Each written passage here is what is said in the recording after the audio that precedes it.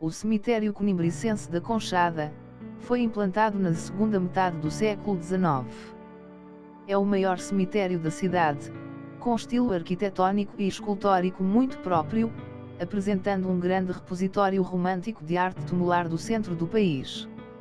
No seu todo, os túmulos românticos da Conchada constituem um dos mais interessantes e originais conjuntos de monumentos fúnebres do país, merecendo particular destaque o acervo de obras em ferro forjado, do início do século XX, e as obras produzidas por nomes como António Augusto Gonçalves, Alberto Caetano, Posidónio Brandão ou João Machado, este último autor do mais imponente e monumental túmulo do cemitério, o jazigo neogótico dos Condes do Amial.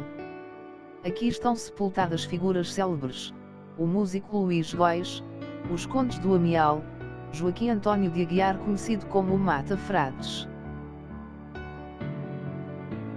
Fundada durante o reinado de Afonso Henriques, a Sé Velha de Coimbra representa na sua monumentalidade a grandeza austera da arquitetura do romano. Considerada uma joia do românico português, é a única catedral portuguesa construída na época da Reconquista, cuja estrutura chegou intacta até à atualidade. Este monumento tumular foi erigido nos finais do século XV, em memória de Dom Segisnando Davides, cônsul e governador de Coimbra no século XI, cujos feitos são exaltados na inscrição esculpida no frontal da urna.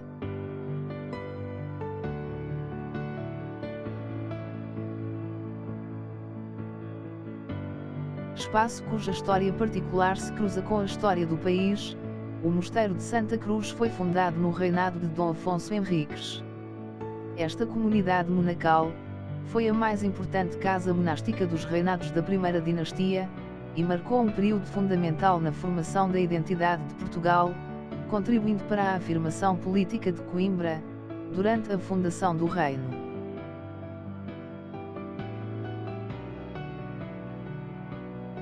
No seu interior podemos apreciar uma obra renascentista, o magnífico retábulo, esculpido em talha, que decora o centro da Capela-Mor.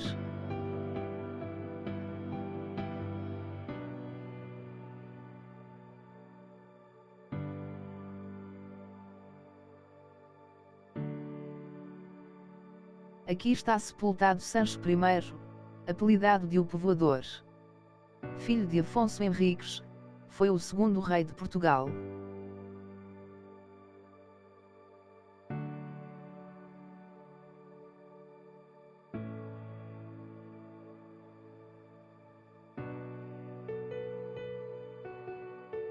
Dom Afonso Henriques, também chamado de Afonso I, e cognominado de o Conquistador, foi o primeiro rei de Portugal. O corpo encontra-se na igreja de Santa Cruz, no túmulo erguido pelo rei Dom Manuel I. A curiosidade e o interesse que o fundador de Portugal sempre suscitou, levou à sua abertura no século XVIII, por ordem de Dom João V, e posteriormente por Dom Miguel. O túmulo continua a levantar um enorme interesse por parte dos historiadores, uma vez que a análise dos restos mortais poderia desvendar alguns dos mistérios que envolvem a figura do rei.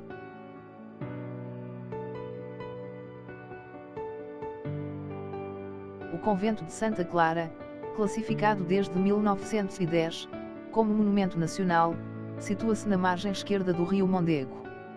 A proximidade do rio foi um dos fatores para a edificação neste local, contudo, essa proximidade marcou a história do mosteiro.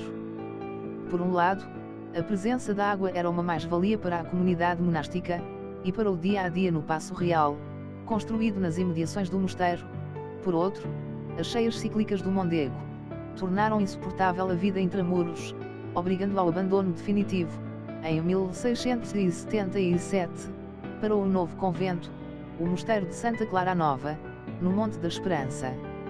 Era aqui que estava inicialmente sepultada a Rainha Santa Isabel de Portugal, e Inês de Castro, que acabou por ser trasladada para o Mosteiro de Alcobaça.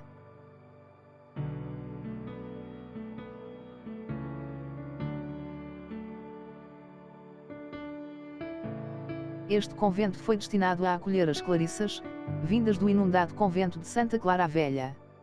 Em 1677, Numa grande procissão a partir do antigo convento, fez-se a trasladação do corpo da Rainha Santa Isabel, tendo sido colocado num túmulo de prata no altar-mor.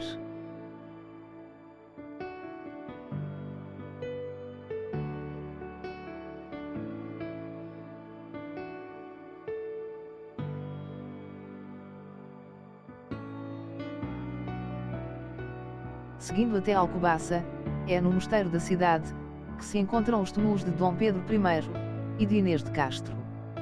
São duas verdadeiras obras-primas da escultura gótica em Portugal.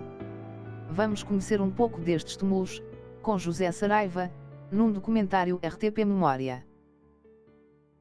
Os sepulcros têm já mais de 630 anos e durante todo este tempo eles têm sido violados, mutilados, profanados.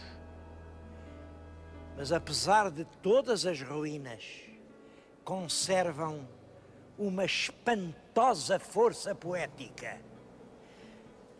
A ideia geral é esta: os dois, Pedro e Inês, repousam nos seus túmulos, mas eles sabem que não é para sempre. Eles sabem que um dia soarão no céu as grandes trombetas do julgamento final. Então, os mortos levantam-se nas campas. Cada um vai erguer-se na sepultura e ver o que está em frente. E vejam, os anjos pressurosos estendem os braços, vão ajudá-los a soerguer-se nos seus leitos.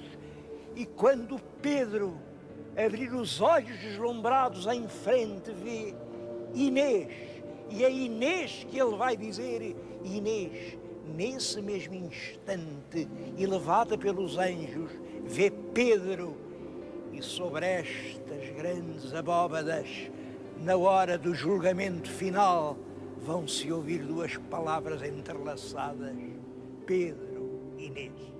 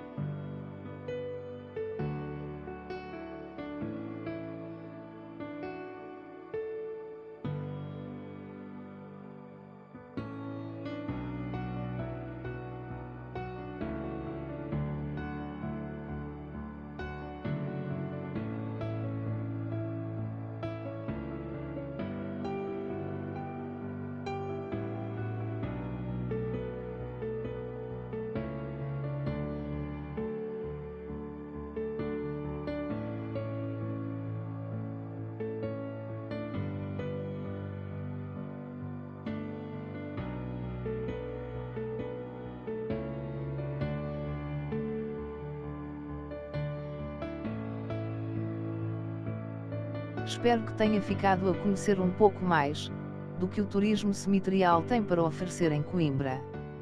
Obrigada por assistir.